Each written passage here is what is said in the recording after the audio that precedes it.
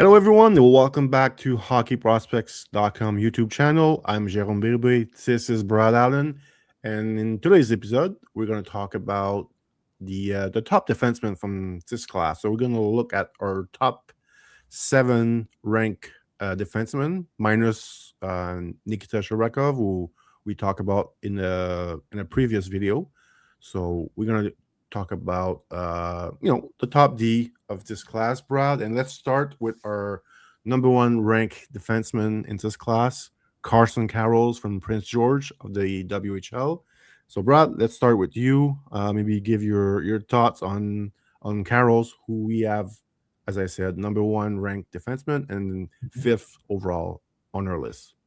Yeah, for sure. So multifaceted, versatile, extremely well-rounded. That would be the bread and butter skill set that he has. I'd argue the best curve of the top end defensemen between Verhoeff, Reid, some of these other kids as well. Gustafsson, Smits, he had the best curve. We're enormously big on curves, everybody. If you can't tell, we talk about development curves every video at least 10 times. And it's because they matter. It really helps to try and determine the trajectory of a player. With Carels, it's interesting because you look at the base of the player physically. I think you make an argument he's actually ahead of a lot of these other kids who have to grow more into their frames, like Malte Gustafsson, Verhoeff. So he's, what you see is more of what you get relative to some of these other kids. But what you see already is really, really good, and that's why he's our number 1 D. There's always a give and take in determining a ranking in terms of the safety, the ceiling, and then making sure that you really throw in that percentage at the right level of being able to hit. And that's another reason I think we have Carels as high as we do. He's so safe in a very unsafe class. And that line of thinking is exactly why we had Viggo Bjork in our top spot. And that's why Carels is right there behind him. It's just, there was no certainty in scouting even at the top. And time and time again, history has proven that. Everybody thought Alex Turcotte was going to play meaningful minutes in the NHL, be top 5. Didn't even have to think about it. And he's not in the NHL, right? And that happens every year. And that's one of the most interesting aspects of scouting. It's also one of the most terrifying aspects of scouting. And so because when you actually really have to put yourself out there like we do and really attach ourselves to a ranking and really defend our assessments of players, it's really important that we try to hit when we can, and that's the thing with Carels. He's basically a guaranteed hit for us, even though, again, no actual guarantees, but as close as they come in Carels. So, Jérôme, maybe talk about the offensive curve in him, which is one of the bigger areas that he showcased over this past season. Yeah, well, I wrote in the book, in his profile, his draft year is very similar to what Jake Sanderson had back in 2020. Minus COVID. So like Sanderson, like his first half of the season, we liked him, but we like the upside offensively is a bit limited, or he's more of a two-way, but his defense will be more of his calling card at the NHL level. And then I say second half, but his second half for him was January, February, and then everything stopped after. But he was unbelievable in that 2-month thing where he completely turned the switch. He became like a dynamic offensive player. So when we look at Carels, they're not exactly the same, player, but his development or trajectory during his draft years is kind of similar. First half of the season, we're questioning, he might just be a 30, 35 point defenseman in the NHL, but he defends really well. He's physical. And then the second half of the season, he exploded offensively. Like Rudolph, who is a guy we're going to talk later, is known as the best offensive defenseman from the WHL, the guy with the more natural talent, more upside. And Carels outproduced him in the second half of the season. So that's pretty interesting. Production is production, but it's pretty telling the difference between the first half and the second half for Carels. I think his confidence grew. We noticed Brad, like his passing skill, his vision. He was a lot more dynamic with his passing in the second half of the season, on the power play, but also at 5-on-5. So that was the, as Brad mentioned, the curve. Well, that's it. Like we saw, now we believe he can be a 50-point, defenseman in the NHL with what he showed in the second half of the season. And then, as Brad mentioned, he's extremely safe. He defends really well. He's tough to play against.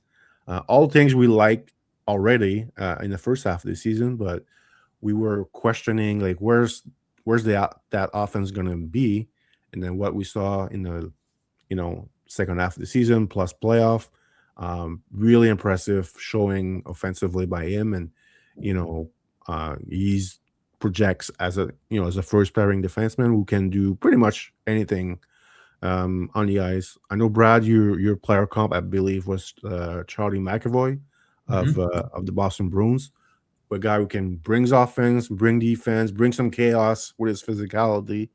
Um, if you have one game to watch for Carros this year, go back to watch his last game he played in the playoff against Penticton. I believe it's Game 6. He's unbelievable in that Unbelievable, game. unbelievable game. Yeah. Yeah, So he makes really play in all showcasing three the zones. curve. Yeah. Yeah. So very impressive defenseman, who really improved his game in the second half of the season, and that's why he's our top defenseman. Brad, you want to add anything about Carols? Sure. Yeah. A couple of notes. One is that he's not as gifted a skater as Reid or Smits, I would Yeah, say. Ahead of Rudolph, though. Ahead of Rudolph. yeah, Um, and again, he's a bit more physically developed. Some of these kids, so the runway's not as long. So that was one point of emphasis in our meetings. We're like, that was one thing with Reid, where it's like Reid's got a bit more runway, but then obviously we're going to contrast them here. So the thing with Reid versus Carels is that Carroll's plays a much more consistent style of defense relative to what Reid brings. Reid's gaps can be much more inconsistent. Reid's willingness to physically engage is more inconsistent. And just the mental glitches defensively are there with Reid in a way that they're not with Carroll's. Carroll's is more engaged constantly than Reid. Reid can sometimes have shifts off or have these mental glitches in his evaluations where he just seems to just suppress himself a bit on the ice, and that is not the case with Carroll's. The other factor I'll say about the curve that's important is like, why did it really occur? I think honestly, a lot of it comes down to the confidence. At first, we thought there was more secondary offensive elements, just as a result of the inactivity with him at times, offensively. Like he wouldn't attempt to dictate or be as assertive. And then towards the end of the season, it was the opposite. He was taking over games every which way on the ice, finding weak side options efficiently, being able to quarterback a power play at a much, much higher pace. His lateral transition rates were much better. His activation rates were better. Everything just came together, showing a lot more confidence. And I do see online a lot of people suggesting, okay, the problem is he's not as dynamic as Verhoeff or Reid, which is fair. And you could make an argument that a player like Ryan Lynn is a bit smarter. You could make that argument. You could also argue that Daxon Rudolph is offensively has some better instincts. You could make those arguments in that way. However, I'll give Carroll's this. I think people are underestimating just his skill drum. Like his hands are pretty solid. His playmaking came up another level. And the big thing with him, he has a good shot, a really good shot. And that's where Charlie McAvoy falls into that range too. That's why I think there's crossover with McAvoy as well. yeah. And I'll add this about Carol's. Why, at least for me, if you compare to Reid, and I mentioned this to you and Mark quite often, it's like I really believe in scouting about the trust factor. Like if I put you on the ice, do I trust you? You're not gonna, f me up. I do trust Carol's to be on the. He's not gonna screw me. I don't trust Reid as much. I don't trust Verhoeff as much. So as you mentioned, uh, his safeness as a prospect is very very important here. as you mentioned, the runway is not as big on with him as other guys. It's almost like he is the Stenberg of the defenseman from this class. Yeah. Yeah. That's a good way of putting it, I think. Yeah. Closer to the finished product. Yeah. So I really like him. He's also very good timing with his hits. He can drop guys open eyes. He's not shy to step up with his physicality. He can catch guys off guard and with their head down. So there's a lot to like here with Carels. So we're gonna continue with our number 2 defenseman, and it's Keaton Verhoeff from North Dakota. Brad, you're probably his biggest fan on our staff, so on the staff for sure. Yeah, so we have him our second D. He's 6 overall. So let's talk a bit about what you think of Verhoeff this year, but it's long-term potential. Sure, yeah. So 6'4", beast of a D, one of the best shots from the back end in this class. There's 2 camps with this player. One is that he's going to be too dumb to scale up and lacks the skating base necessary to compensate for his mental deficiencies. So he's going to be subjected to needing a monster insulator. Like you're going to have to put him with, like, say, theoretically, Sokolovsky hits, William McHanson. Those style of defensemen need to be with him because he's going to have to be a rover, but then the recovery rates aren't there because the skating's not going to improve enough, and he's going to make poor decisions, which means the team's going to have to recover for him. That's one camp. And the other camp is, this is his first year in college. If you take his peak performances in the first half as a freshman, and you weigh those more heavily than when he fell flat down the stretch because of lack of conditioning with his skating inefficiency, if you look at that and you take the totality of it, you look at the dynamism of him, you look at the frame of him, you look at the raw skating and say, okay, it could get to another gear. And then you see defensively, he operates pretty uniquely. He's very similar to William McHanson, I think, Jerome, in some ways defensively, in terms of the motor, the willingness to try to swarm and elongate and use his mass. Doesn't make always the right reads. I'd say Kansas is better at reading the play, especially with shot blocking rates and everything. But you merge that and you're like, that's a unicorn. That is not a common player. And the bet is, if the skating goes up another gear, that will allow him to compensate for not being able to see weak side options as efficiently as you normally want to see, and being more mistake prone, because if the skating comes up, he'll be able to increase his rate of recovery, and that means he can come back on top of players faster, use his monstrous frame, get pucks back. Then you're not as worried about him, and you can scale him back up to a top pairing defenseman. So those are the 2 camps. And admittedly, even myself, I'm very high on him, but there are games where, like, this might not go my way if he doesn't turn it around a bit. But I would put it this way: if he was in the WHL this year, I think you could make the argument that we wouldn't be as worried for what we project out. Another way of saying it too is, I'm with everybody if they told me, hey, in a 1-year draft, if you're drafting for 1 year in advance, you're not taking him over Carels, Reid, Rudolph. You're not taking him over almost any of these other kids. It's the 4 to 5 year bet. One of the reasons I'm comfortable with it is Leo Carlsson. In Leo Carlsson's draft season, he had some mechanical inefficiencies with his skating, specifically out of turns, and with his edge work. And it's because when he was trying to squat down and lower his center of gravity out of turns, he had difficulty with it. He put himself off balance. His ankle flexion wasn't there as well, to a degree. That's exactly the case with Verhoeff. The bet is that this is a very good athlete still, right? And the bet is, as long as you get him in the gym long enough, as long as you get him comfortable squatting, doing Bulgarian split squats and hack squats and doing every other type of squat, he'll improve it. He'll come out of turns quicker. He'll get that extra gear. And then you just got a monster coming at you in waves with one of the best shots. The other thing I'll say about it, Jerome, before I throw it over to you, I see a lot of comparisons to Aaron Ekblad.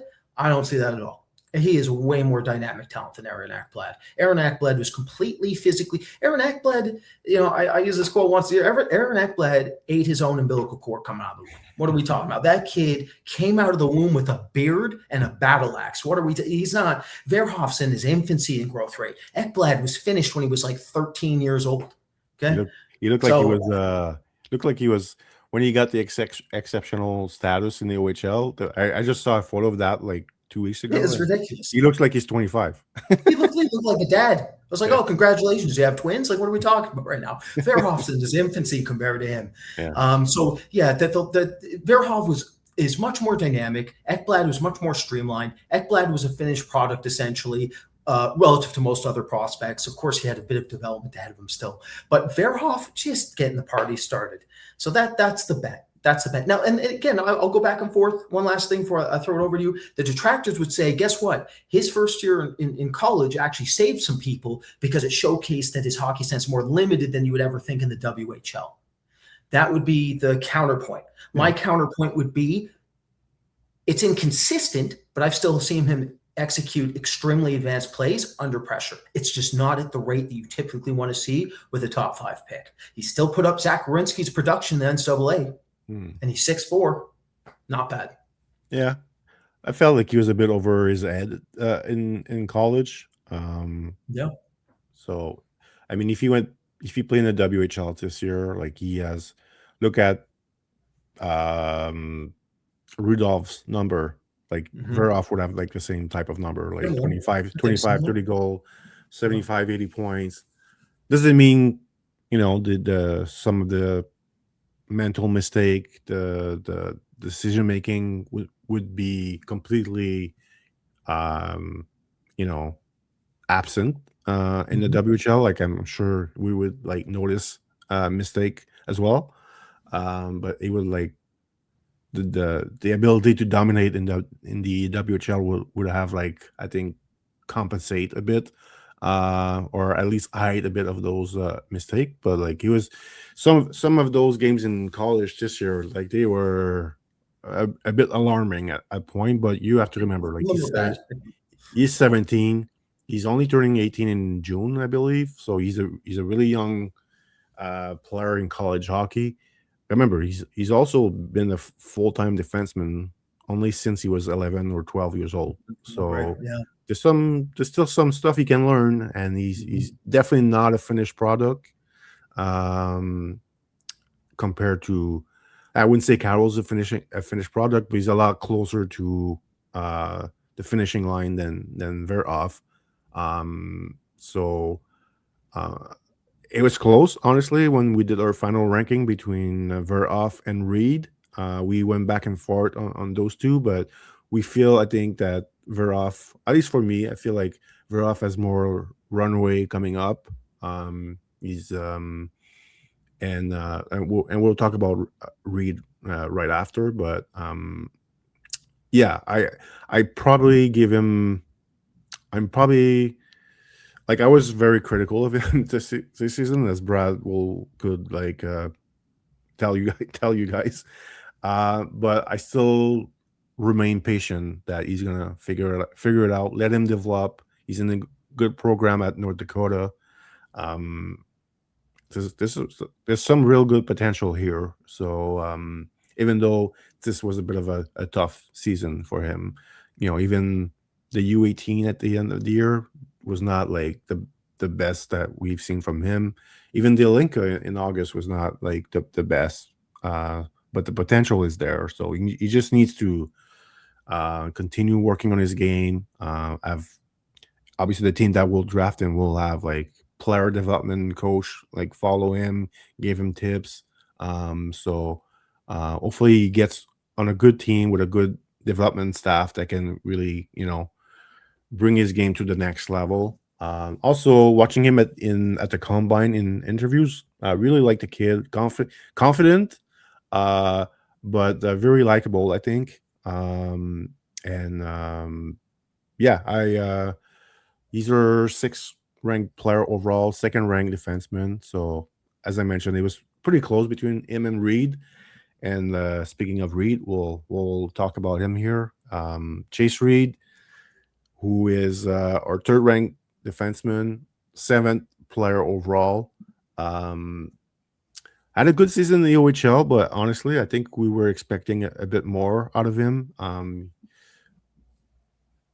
I think offensively, we didn't see him dominate. So that's like, it's not like he was bad, but we didn't see him dominate games like we were, I think, hoping at the start of the year. Because remember, like our first ranking, our summer ranking, he was in our top 5. So, and he was not ranked, that high anywhere else that I saw at that time.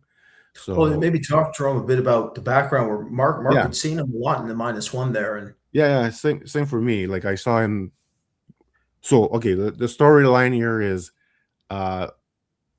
at the start of his 17 years old season, because this year was his 18 years old season. right. He gets cut from the Linka team, and then he goes to the USHL. He gets cut, so he goes to the NAHL, and then he plays well there.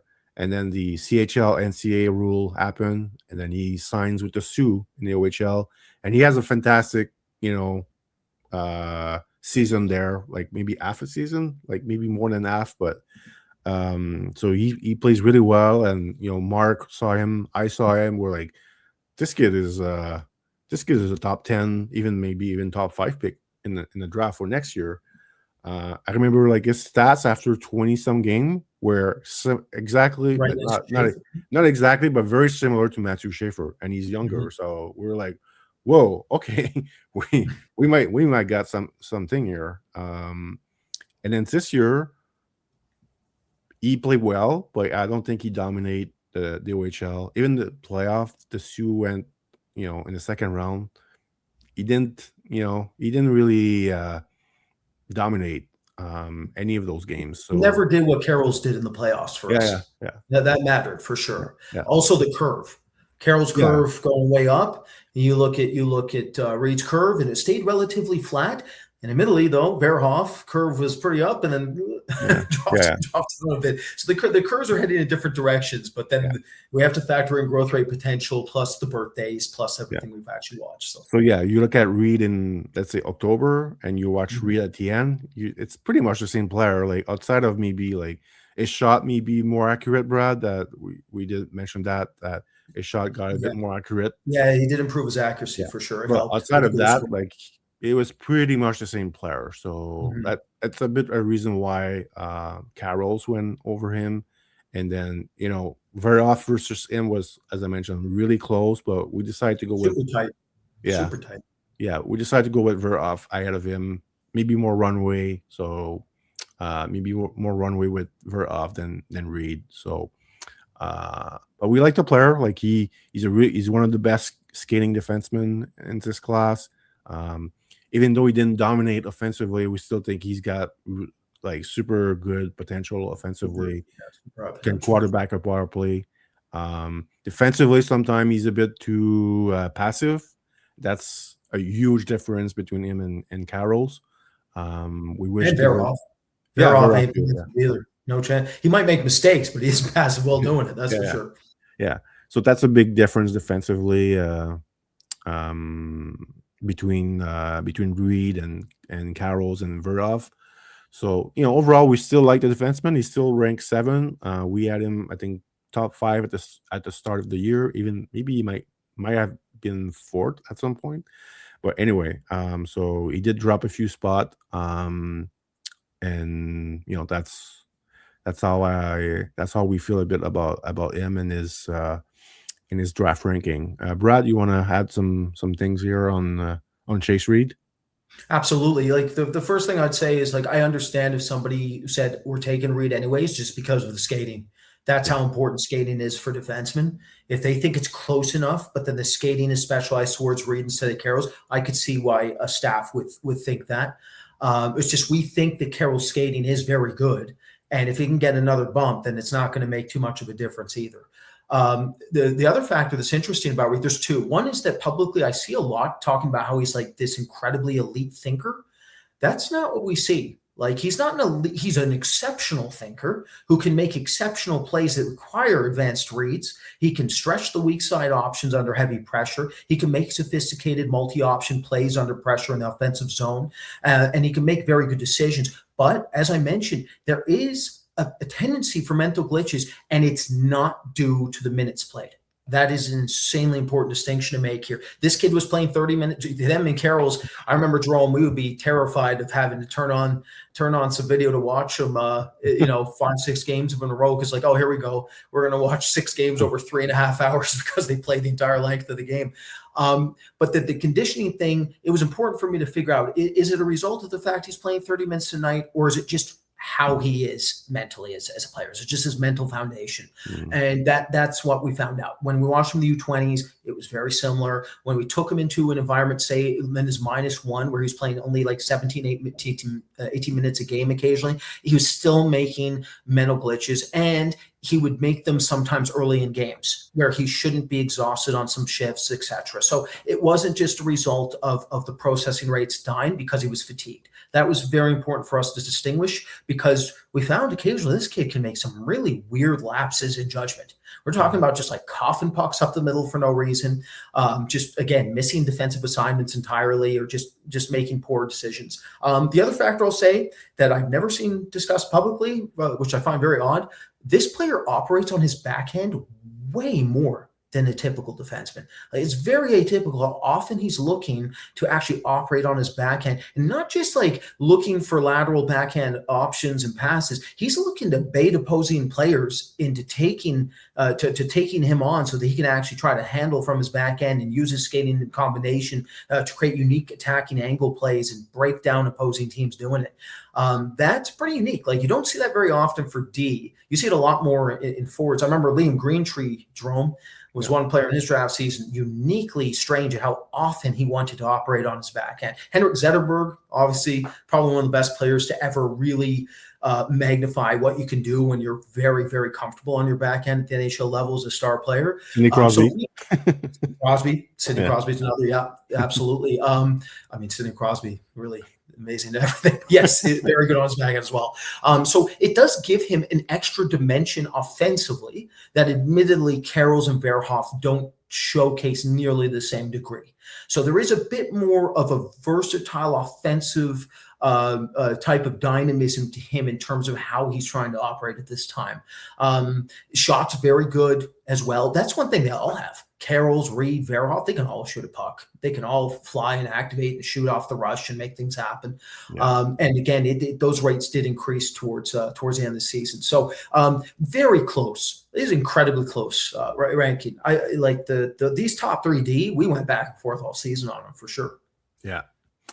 All right. Like the fourth one, Malte Gustafsson from Sweden, who is our fourth rank defenseman, and he's 8 overall. So we have like 8 overall, and we have 1, 2, 3, 4 defensemen in the top 8, and back to back also. Yeah. So Gustafsson, big, lanky defenseman out of Sweden. Very.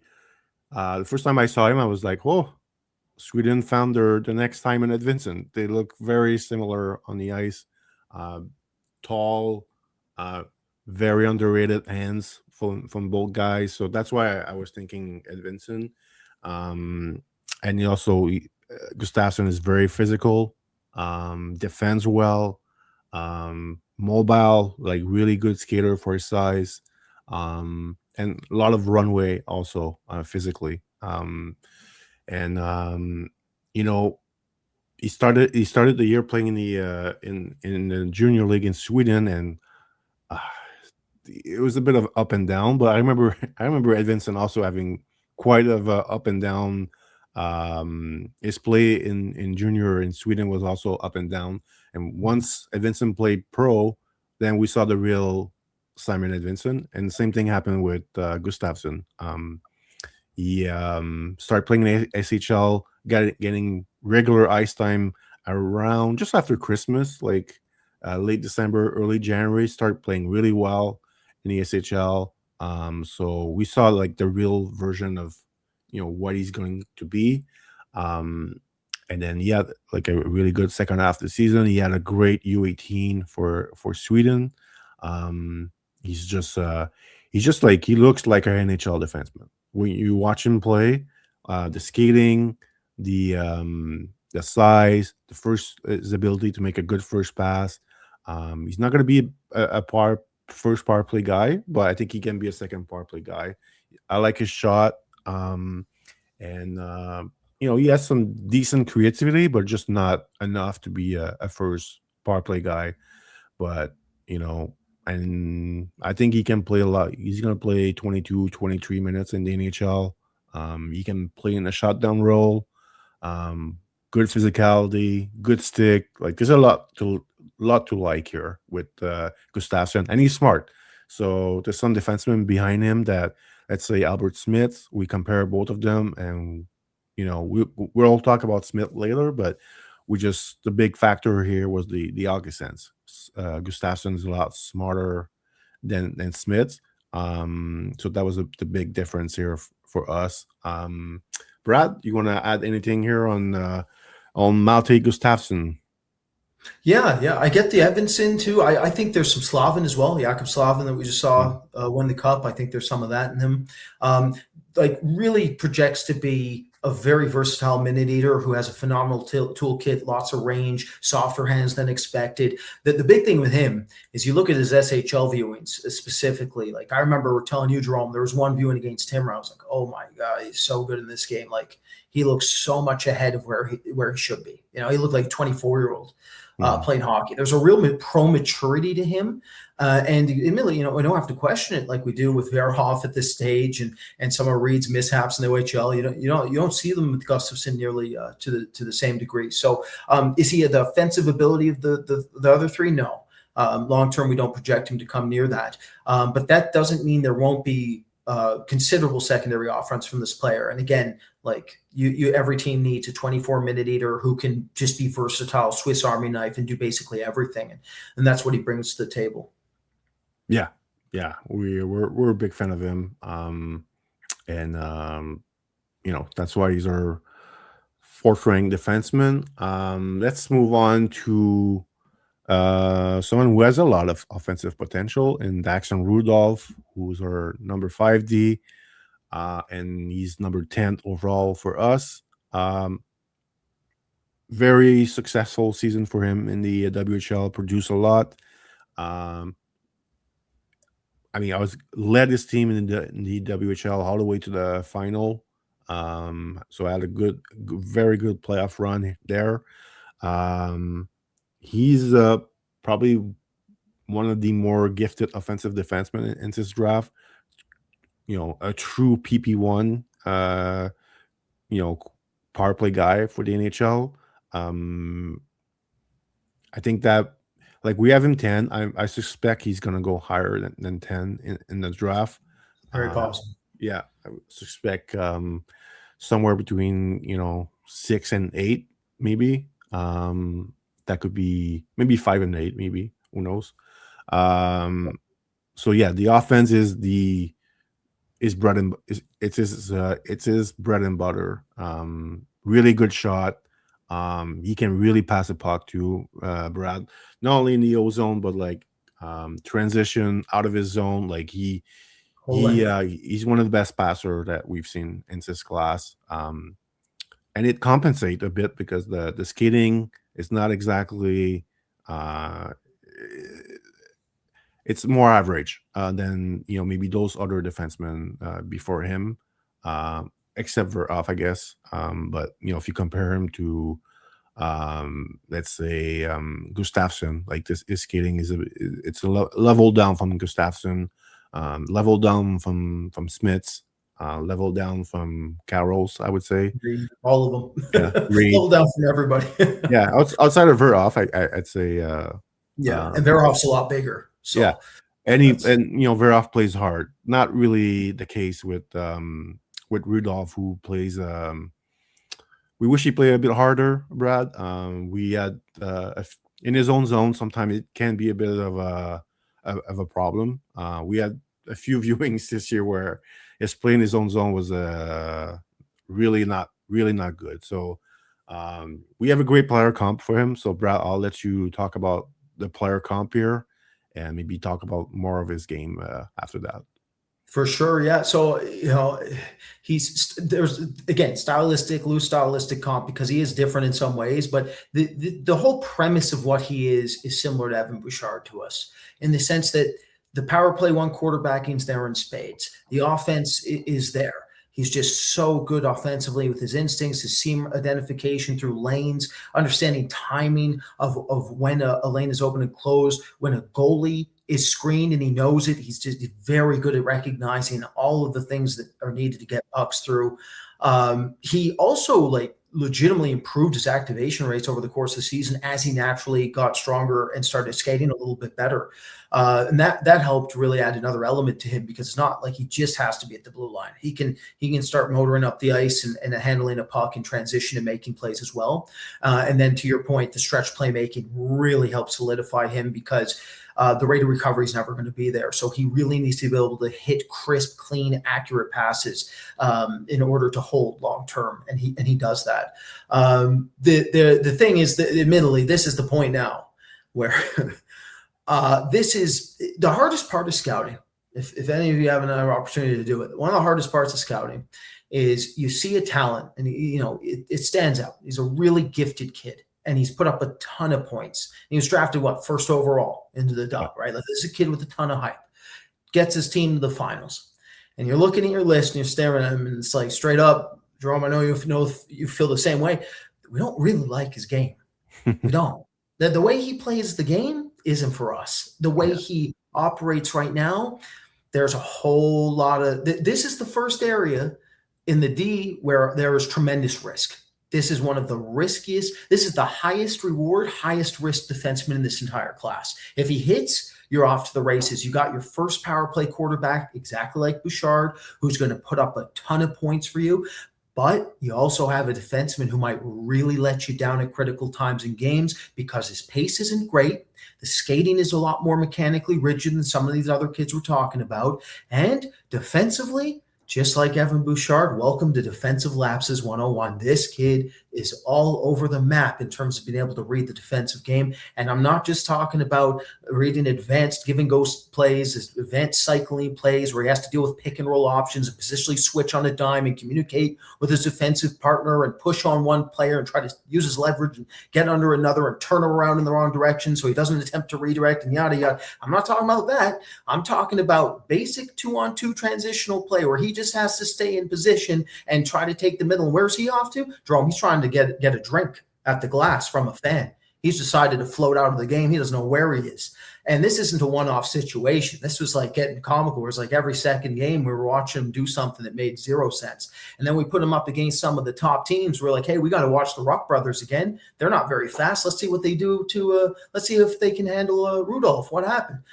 The Rucks ate him for breakfast. The Rucks, they need to put on some weight, and they ate him. So it's one of those situations where, slower yet brilliant offensive players crushed him. What happens when Nathan McKinnon's saying hi to him, fueled up after this bad cup, what's supposed to be a cup run for them, and they gets broken apart because of the injuries, and he'll be hungry next season. McKinnon's going to be hungry trying to make up for next season. If Rudolph had to deal with him, forget about it. He's getting destroyed in transitional hockey, and that's very unlikely to let up. It reminds me a little bit of Denton Matejchuk from that perspective, where Matejchuk, the offense is there, very intelligent, very good offensive instincts, but the skating in transition, when he needs to suddenly pivot, he's got to start using his recovery skating in straight lines. Forget about it. I remember Pierre-Luc Dubois. He could have gone out of the building and had lunch and come back and still been ahead of Matejchuk on the back check, right? And that's exactly what we're dealing with Rudolph. They just don't have the recovery rates you're looking for.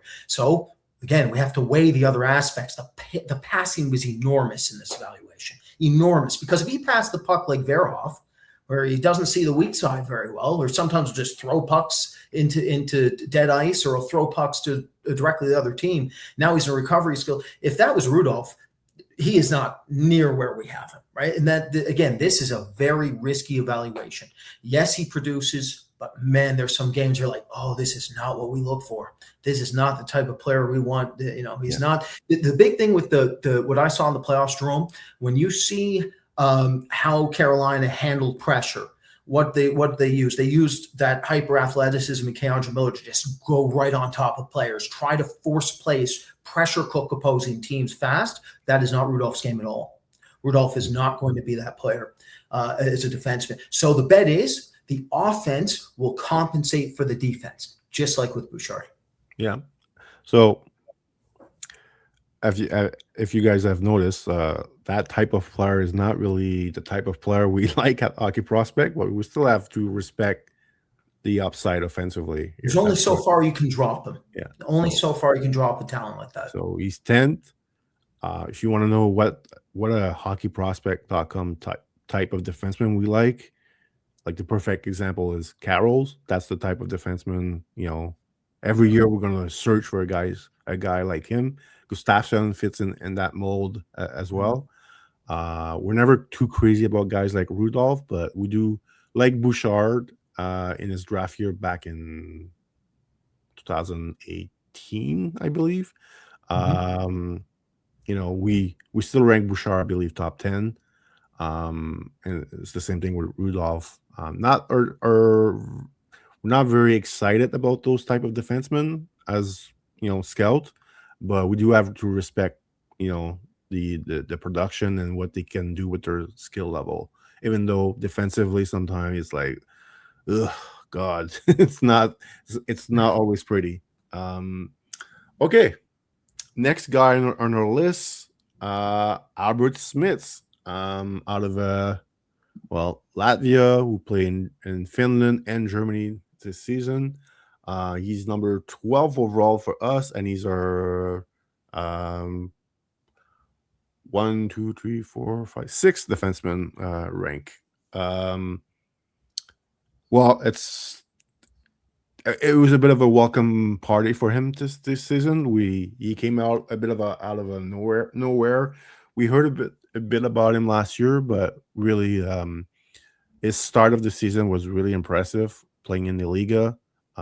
We saw he's a great athlete. That's the first thing. He's one of the top athletes in this class as far as like athletic ability. The skating is excellent.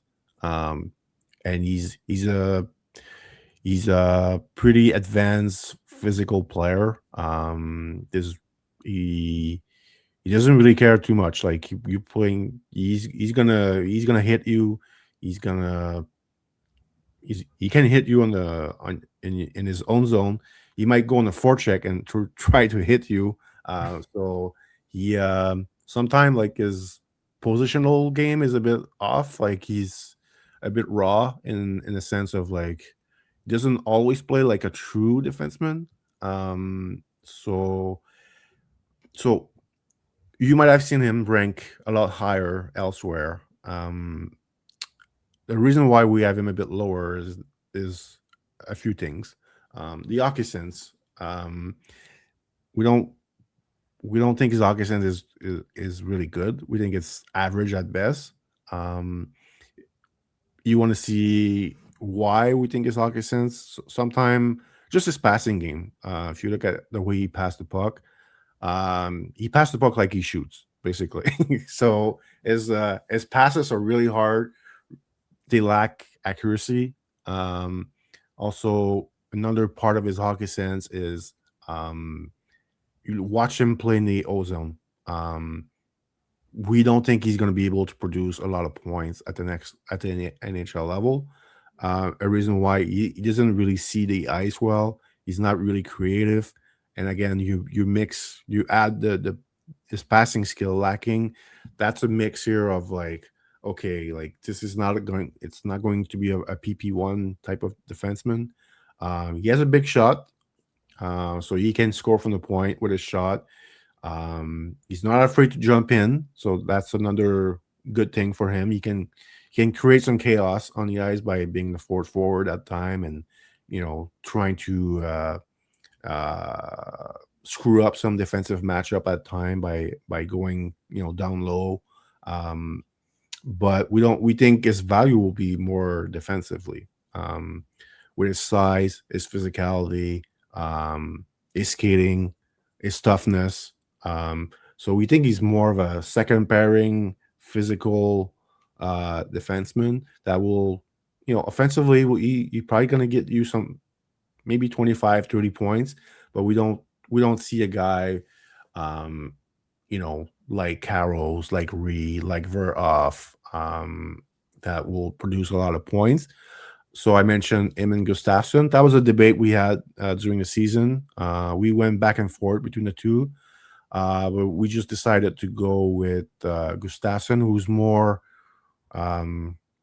efficient, I would say, on the ice.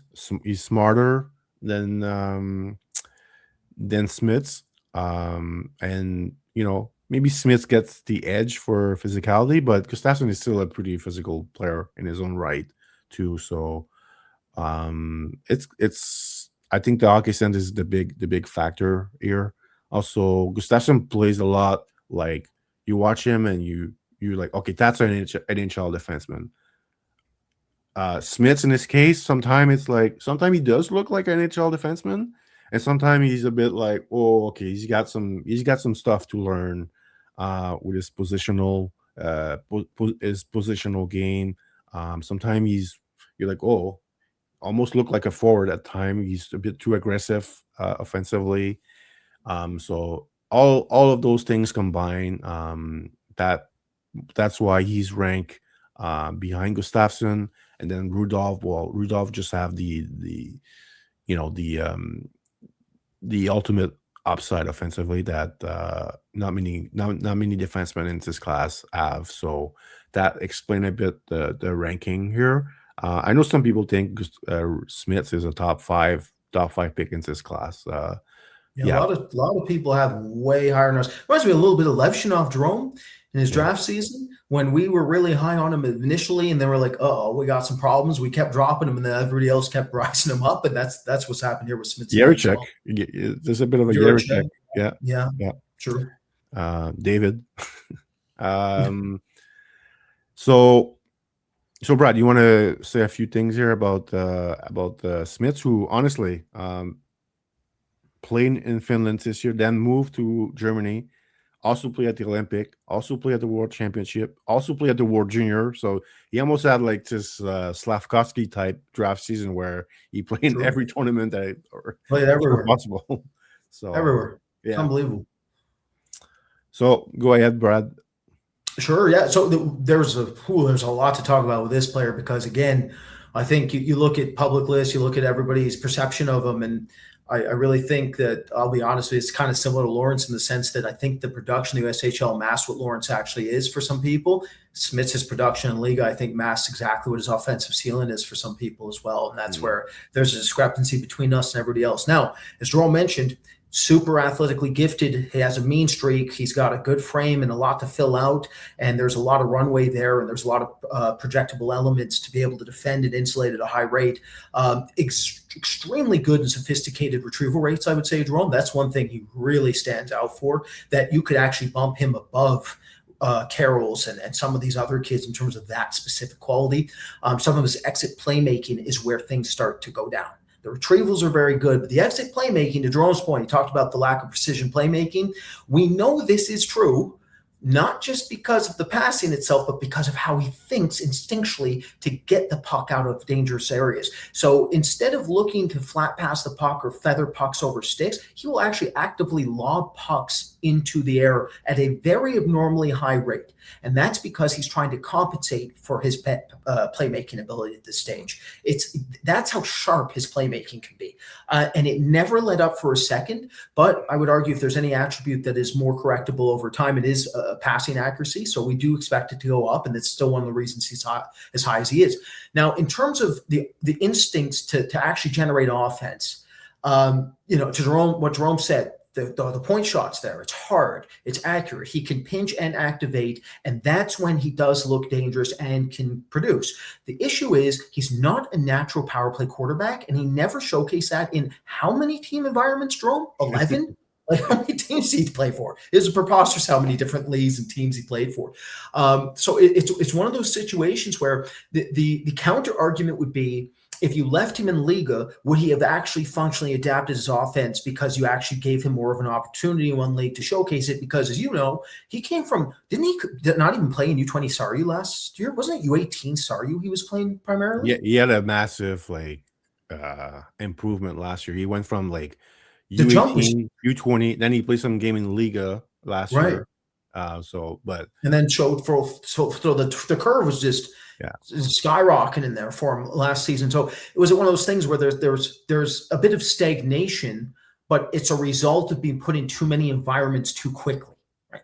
That's the counter argument. Now, my argument to that would be, it didn't matter what environment you put him in. He would never look like he functionally operated with a man advantage. He does not appear to be a power play player in the NHL. And we know this because his lateral passing rates are not very good. He can handle a puck extremely well, though, which I also think was a masking agent for some scouts who kind of like, well, he's highly skilled, so give him time and he'll figure it out. But the offensive instincts simply aren't there. His spatial awareness is not good. Absolutely not good. For instance, he's at the point, okay? He's using his skating to create a lateral cutback. He fakes his slap shot. The defenseman's dropped. He has more time and space now to peel around the initial layer, create a setup through that. Guess what he's going to do? This defenseman follows, he's going to take the shot anyways. He doesn't recognize that secondary option when more space is given to him. I've seen him in the DEL, where usually there's some passive defensive structures in the DEL, I've noticed. And I remember one game I was watching him, he had like 10 feet of space to take. 10 feet of space. Guess what he did? He just wound up a slap shot and tried to blast the opponent's leg off. He doesn't think the way you need to in order to optimize and be efficient with his offensive ability. Admittedly, like, I'm with Jérôme on this in the sense that when he activates or pinches and gains traction towards the net, that's where he can use a skating handling combination and really make something happen occasionally. But even then, the passing is so inaccurate and so sharp. When he does try to set things up, it just didn't really work out for him to the degree you'd expect. It kind of fizzled out for him a little bit. So, he's a very interesting player to monitor, because I would think he's the player that's had the most exposure to different team environments out of any player we've ever scouted, Jérôme. Yeah. I actually do not think there's a single player that's ever been exposed to more separate teams. That said, did he hold at the World Championships? Yes, he did. Did he hold at the Olympics? Absolutely. And he held in the ways we expect him to immediately translate. Be an insulator, skate, eat the ice, defend well, naturally move the puck from below his goal line to retrieve correctly, exit occasionally correctly, while other times mixed. But that's the foundation of this player. The offense is very likely to be secondary, and because of that, we look at other players like Carels. We think it's primary offense. Reid, primary. Verhoeff, primary. Rudolph, primary. Gustafsson, secondary. But we think that the raw elements are there down the road to supersede Smits to a small degree, and that's why he's slightly below. I mean, I think one reason why some NHL team might have him higher is because the kid is a bit of an. He's a bit of a no. I'm gonna say he's a bit of an asshole. That's true. Like, he doesn't take shit from anyone. So I think he's a bit of a. Well, Jérôme, our comp too. What was our comp? It was like he's kind of like a mean Keandre Miller, like a mean version. Well, how did Keandre Miller do this playoffs? Really helped his cause. Keandre Miller had a heck of a playoff, so it doesn't hurt him either.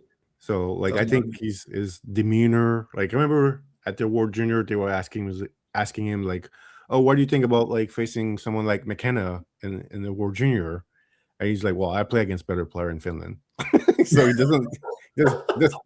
I'm playing against men in Finland. That's what you want, bro. That's good. That's good. Because he knows he's going to match up against him. He knows he's got to get in his head a bit, right? He's confident. He's confident. He's cocky. I think NHL team do love that aspect of him. So some kids need it. Some kids can't play their game without it. I always go back to boxing with this. People are like, "Oh, Floyd Mayweather Jr. is an asshole." But yeah, he is. And if he didn't have that element, he wouldn't be who he is. Conor McGregor, the swagger he's got to carry, he needs that, because when he's trying to filter and get into an octagon, the amount of pressure he's dealing with, it allows to cut through it. He cuts through all that pressure element. So there's certain players that just need that. I think Smits is one of those players because he's jumping. I mean, you just said, Jerome, U18 SARU, and then in a year and a half, he's in the Olympics. Yeah, that's crazy. You got to have some swagger to hold. He held. Yeah, Good for the kid. Yeah. I remember like at some point this season, I mentioned like we were pretty harsh on this hockey sense. But like the toolkit is very interesting with the size, the skating. And I said, remember Philip Broberg? And yeah, it's true. Philip Broberg, we had no time for Philip Broberg. We thought he's just dumb. And then, 1 in 5 performance in Allsvenskan, he would flash what he is now. 1 in 5. And that's the thing with scouting. Do you bet on the peak, or you bet on what he was as a whole and what was the consistency rates of that whole, right? And that it can go both ways for you. It's welcome to an exact nature of scouting, right? Yeah. So like my point when we're talking was like, okay, the hockey sense, but are we putting a bit too much value with hockey sense when the kids as like that elite toolkit, like Broberg was one, Cutter Gauthier. Cutter Gauthier. I was thinking Cutter. I was hoping you wouldn't say the name. It hurts us. Yeah, you're right. We missed that one. We just thought, oh man, like he's big. Yeah, he can skate. Yeah, he can shoot. But man, he doesn't take the game at all. And then doesn't have to. Well, yeah, he doesn't have to. No, we were dead wrong about that one. Yeah, we did. It's a really good point by you. Like one of the most difficult aspects of scouting, like you have to weigh the attributes, the context of the player, and that's something we've had to learn the hard way. But you have to really weigh them. We weigh them to a degree, but now we're really starting to understand. You got to weigh them super heavily relative to what the toolkit of the player is. If you got a kid who's like Cutter Gauthier, who's like a specimen who can skate for days and just brings such a unique power element, doesn't have to think that well. He can just kind of do his own thing. And it's very similar to Verhoeff. If Verhoeff gets another gear to him, which we think he can, you're not stopping him. You're not going to stop him. So it's he's kind of like a little bit like the Cutter Gauthier version on D, really. There's a bit of Verhoeff. He's just not as similar over that. Like Gauthier is a premium offensive talent. Mm-hmm. Smith is not really that. Like and Broberg had more talent also. He didn't showed it at the Holinka specifically in some junior viewings. Like that's where he showcased that he could chain plays together and sequences, longer stretch of sequences offensively. We never saw it throughout the season with Smits. It was always compartmentalized offense. Honestly, we're not going to do a segment about Broberg, but we could. Even the Holinka, I thought like, man, a lot of his offense is coming from his skating. That was my worry. Like he was just skating past player like nonstop in that tournament. I was like, damn. But I was like, the hockey sense is not really there. But I mean, it took him a while, but he's becoming. Did it take him a while, or does it take him getting out of a specific organization that's not the best development? Sorry, Edmonton fans. Not the best. All right, let's move on to our last player. So our next ranked defenseman is Nikita Sherbakov. We did talk about him in the previous video. So you guys, if you want to know about him, go through that video. But our next defenseman is Ryan Lynn out of the WHL Vancouver Giants, a 5'11" defenseman who had a bit of a tough second half of the season with his play, also got injured. But he's a really good defenseman, Brad. Very smart, very hard compete guy. Like he plays a lot bigger than his 5'11" frame. For me, I really like this kid, but I see similar to what we said about Carels, even Stenberg as a forward. He's a bit of what you see is what you get. Like I don't think he's going to improve that much going forward. Like he's 5'11". He's been 5'11" for 4 years. Like narrow frame too, not a very broad frame, not a ton to fill out relative to some of these other kids. He was drafted in the WHL. He was 5'11", so don't expect him to grow. Maybe he's going to gain some weight and get stronger, but that's when he plays in the NHL. He's going to be a 5'11". But the good news for him, He's very good. So he's already Yes. really, really good. Always play well internationally for Canada. Did it again this season at the Olinka, the U18, also at the end of the season. There's some as a player comp. I remember he's like a more aggressive Adam Fox. I think that was one comp that we had about him, but very smart. Like he's a thinker. Like he thinks the game well. He thinks fast. He plays fast. His Does, yeah. decision making is fast. He's a good skater, not a great or elite skater. So usually at 5'11", we like our D to be a bit, you know, more explosive than he is, but it's fine. I think it's fine overall. So I think he's going to make It's it. better than Adam Fox is at the same stage, I would Oh, say. definitely better than Adam Fox. Yeah. Adam Fox is. Me personally, I think Adam Fox is the smartest hockey player in the NHL. Certainly one of them, yeah. It has to be. Yeah. So yeah, like Ryan Lind, there's some Adam Fox here, except he's tougher to play against. Like Fox is not a really physical player, but Lin is. He will. He can surprise bigger fours with like, open ice hits.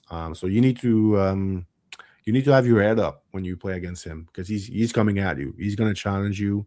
That might lead to some injuries because, as Brad mentioned, he doesn't have a big frame and he plays a really physical game, so that can lead to injury. He broke his wrist this year, so that's why he missed a couple months in the second half of the season. So there's always going to be a bit of an injury concern with him, and also with his style of play. But yeah, he can offensively, he can produce. He has a good instinct. He's creative, and he's a play driver too. So when he has the puck in the O zone, he wants to make a play. So there's a lot to like here. He might go, I would say, mid first. But maybe a team will jump on him. Don't be A shocked, bit Jerome. sooner. The interviews went really well. Like he's a really if you ever see him off the ice, like he's really impressive. There's a Yeah. lot of impressive kids in this draft, but that kid, you really want to draft him when you hear him talk. Yeah, so he's 15 on our list, but I could see him going 12, 11, 12, 13 in that range. I'm not doing a mock draft. I'm just thinking, out loud here. But he's just a very good defenseman. It's just the fact that he's a bit undersized. But I mean, look at the Hurricanes. True.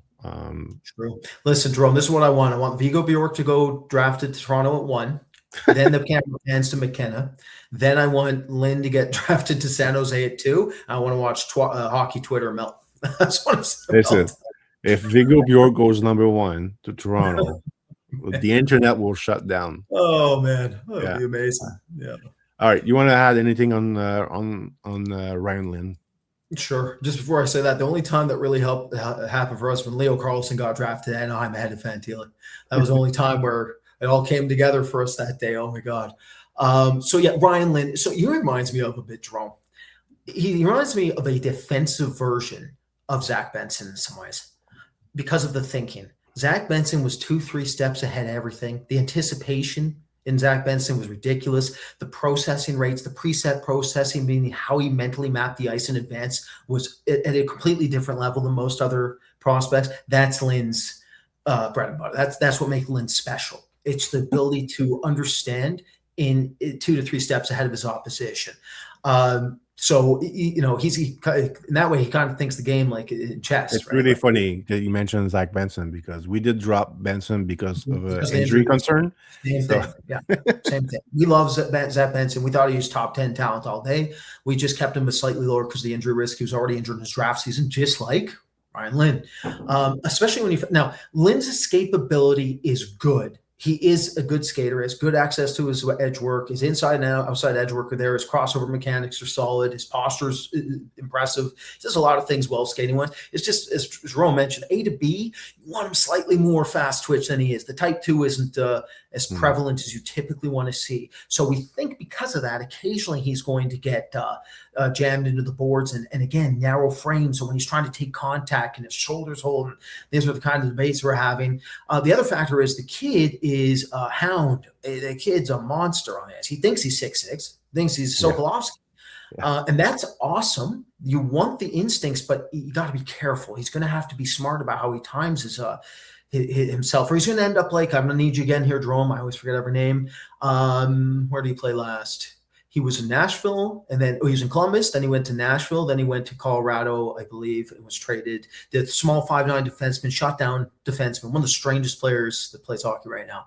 Can't remember, he was a college free agent signing. I don't know. I don't remember his name. Yeah. Somebody help us in the comment section. You know who I'm talking about. Awesome talent, and it looked like he was going to be like a really unique NHLer for a long time. Almost got himself out of the league from the amount of injuries he was taking. Very similar defensively in how he thought. Very, very similar. So it's one of those situations where the risk is higher in this player, but for different reasons than it is with Rudolph.